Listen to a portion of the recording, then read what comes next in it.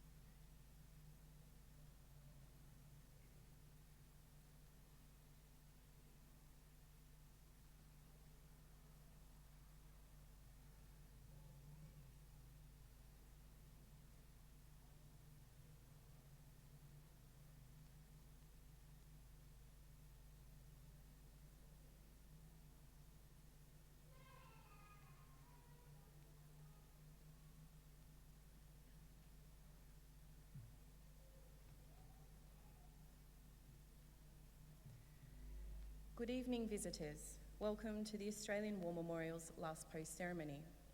My name is Jennifer Surtees, and joining us today from the Royal Australian Air Force is Squadron Leader Matt Sander.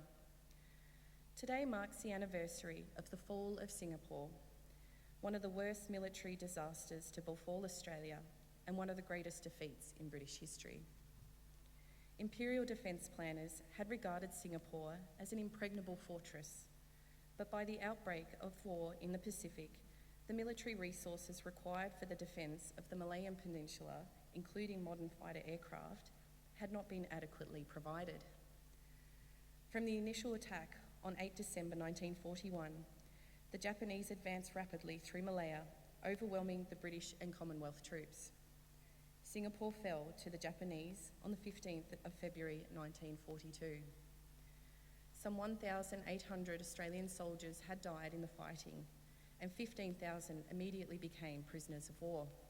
The island's fall marked one of the darkest periods in Australian history. Within a 7-week period, 22,000 Australians, including 71 nurses from the Australian Army Nursing Service, had the misfortune to become prisoners of war. In addition, 1,500 Australian civilians, men, women and children, were captured or interned across the region.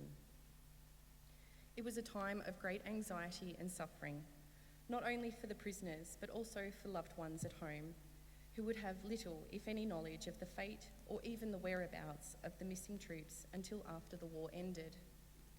The significance of the prisoner of war experience to Australia's Second World War story can be measured by the profound loss of life. 1/3 of those captured did not survive their captivity.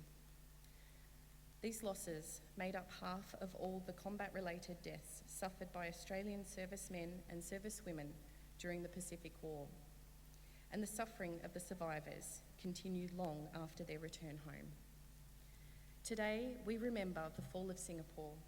We pay our respects to the men and women commemorated here on the Roll of Honour and to the survivors who returned home. This evening, we warmly welcome the family of Private Gordon William Blair, whose story will be told shortly. We are honoured to acknowledge Mr Harold Lee, Deputy High Commissioner of Singapore to Australia, and Mrs Christabel Lee.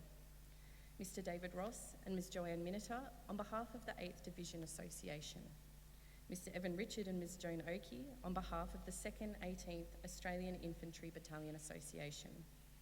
Mr Roger Perry and Mr Bob Pink on behalf of the 1st 19th Royal New South Wales Regiment Association. Mr Dennis Baker on behalf of the 2nd 20th Australian Infantry Battalion Association, members of the 2nd 19th Australian Infantry Battalion Association, Mr John King, President, Returned and Services League of Australia, ACT branch, and all visitors who are joining us to commemorate the fall of Singapore. We welcome the veterans who have served, those that are still serving, and the families that love and support them. We acknowledge the members of RSL and Services Clubs Associations, RSL Victoria and RSL Queensland, who are watching the broadcast of this ceremony across Australia. During this evening's ceremony, wreaths will be laid at the base of the pool of reflection by family and visitors to the memorial. Australia's Federation Guard is a tri-service ceremonial unit of the Australian Defence Force. They provide a ceremonial presence at civil and military events and during visits to Australia by foreign dignitaries. The Guard will now dismount the catafalque party from the tomb of the unknown Australian soldier.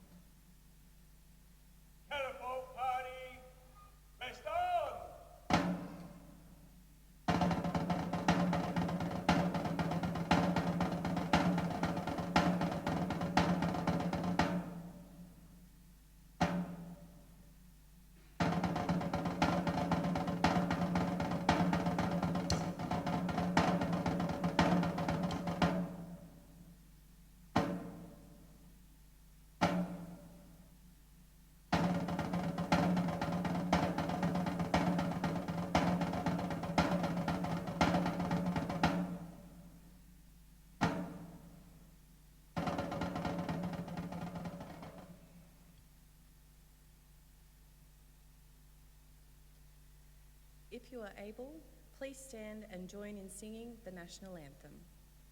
Catapult party, attention! Catapult party, present arms!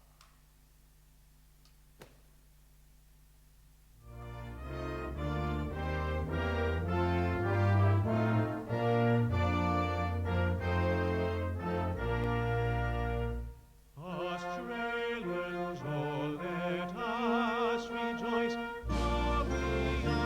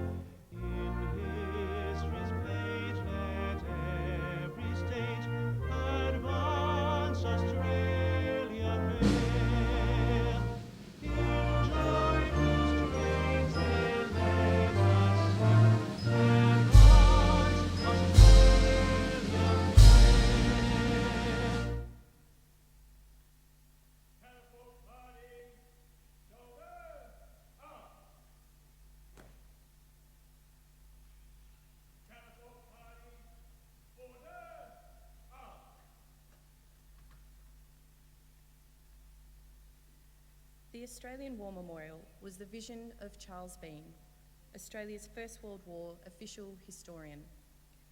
Bean landed with the Australian troops on Gallipoli and stayed with them at the front through to the end of the war. The idea of this national memorial and museum came to him at Pozières, France, in the depth of the bloody fighting of 1916. Bean's idea was that this would be a place where families and friends could mourn loved ones buried in faraway places. It would also be a place that could help all Australians understand what these men and women had endured and what they had done for us.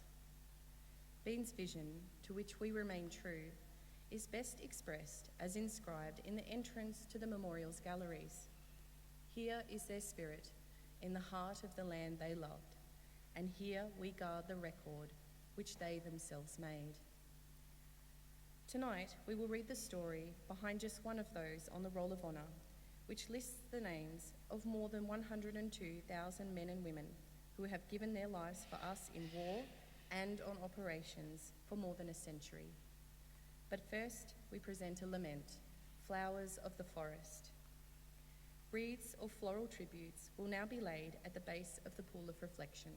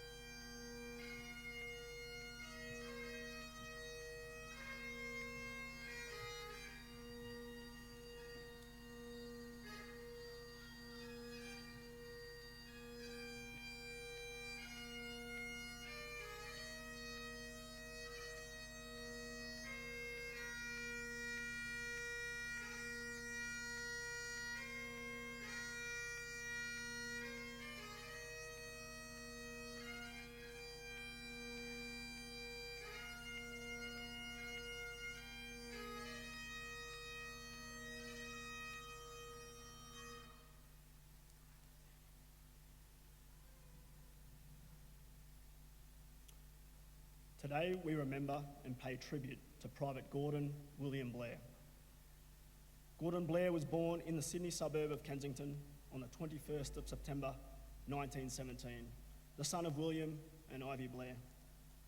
He attended Ashfield Public School and went on to work at Bathurst Experiment Farm and Glen Innes Experiment Farm, which had been established to educate students and local farmers in agriculture.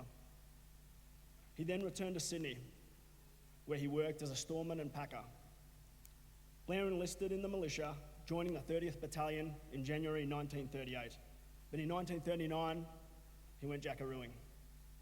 In November of that year, he enlisted in the 2nd Australian Imperial Force, briefly joining the 2nd 1st Machine Gun Battalion before being discharged in March 1940 on compassionate grounds, as his father and grandfather had just passed away. On the 20th of March 1941, he again enlisted. After a period spent at a training depot at Goulburn, on the 29th of July, he embarked from Sydney, bound for overseas service. After first landing at Singapore, he continued to Johor. Here he joined his new unit, the 2nd 18th Battalion. In August, the 2nd 18th was transported to Jamalawang, and the following month sent north to Mersing, on the east coast of the Malay Peninsula, which was considered a likely place for a Japanese landing. Here, Blair and his comrades were set to work digging defensive positions and constructing wire obstacles, along with undertaking patrols and anti-aircraft, anti-gas, and mortar training. After Blair returned from a period of leave in Singapore, the battalion was placed on a war footing as tensions in the region escalated. In December, the Japanese invasion of Malaya began. As the fighting raged elsewhere, the 2nd 18th remained unengaged around Mersing. Japanese advances along the peninsula to the west led to concerns about the coastal defences being outflanked and cut off. So in mid-January, the battalion was ordered to withdraw south to Jamalawang. After landing around Mersing, the Japanese began to advance south in large numbers.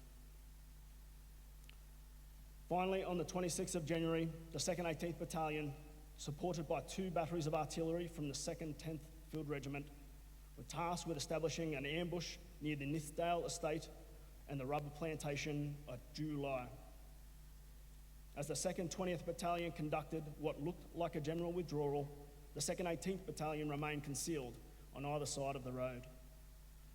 The plan was for Delta and Bravo companies to trap the advancing Japanese troops in a pincer movement, allowing the artillery of the 2nd 10th Field Company to pound them. But the Japanese were travelling faster than had been predicted and arriving at night rather than in the morning. At least a battalion of Japanese troops went past Delta Company and dug entrenched positions in front of Bravo Company during the night.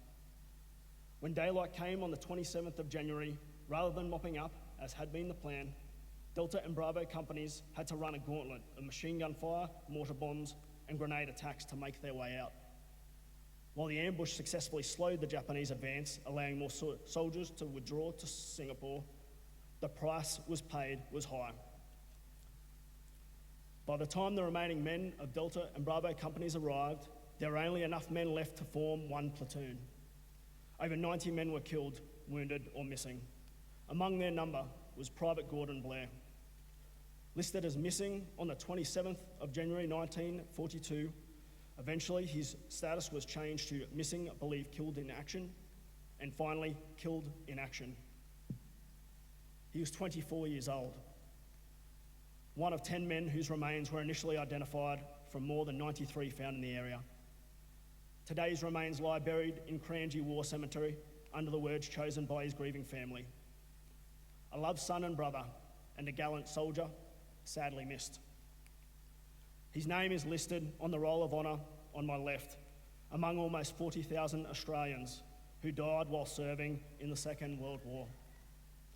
His photograph is displayed today beside the pool of reflection. This is but one of many stories of service and sacrifice told here at the Australian War Memorial. We now remember Private Gordon William Blair, who gave his life for us, for our freedoms, and in the hope of a better world.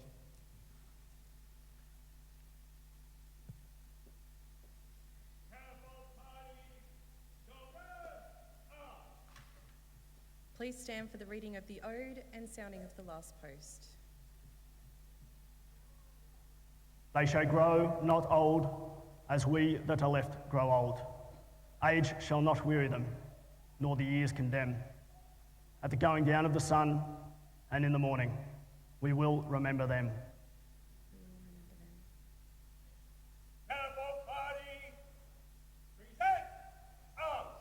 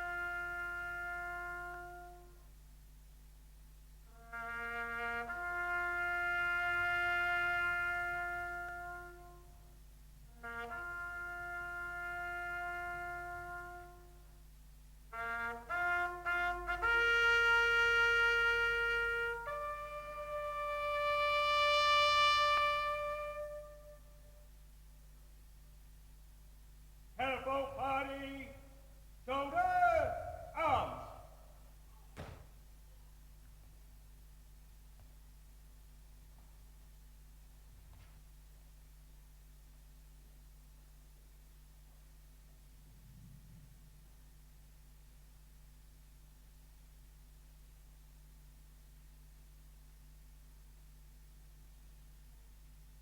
Catapult party, in words, turn. Catapult party, big march.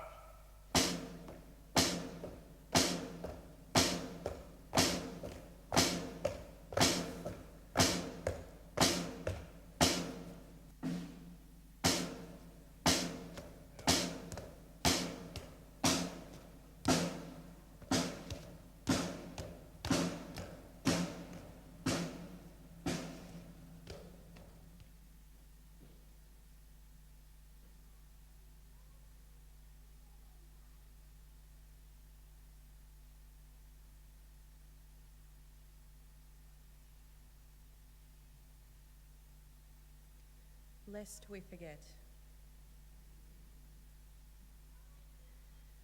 We leave you this evening with the words of the memorial's founder, Charles Bean. Many a man lying out there at Poziere or in the low scrub at Gallipoli, with his poor, tired senses barely working through the fever of his brain, has thought in his last moment, well, it's over. But in Australia, they will be proud of this. Ladies and gentlemen, girls and boys, that concludes the last post ceremony. We thank you for visiting the Australian War Memorial and wish you all a very good evening. Thank you.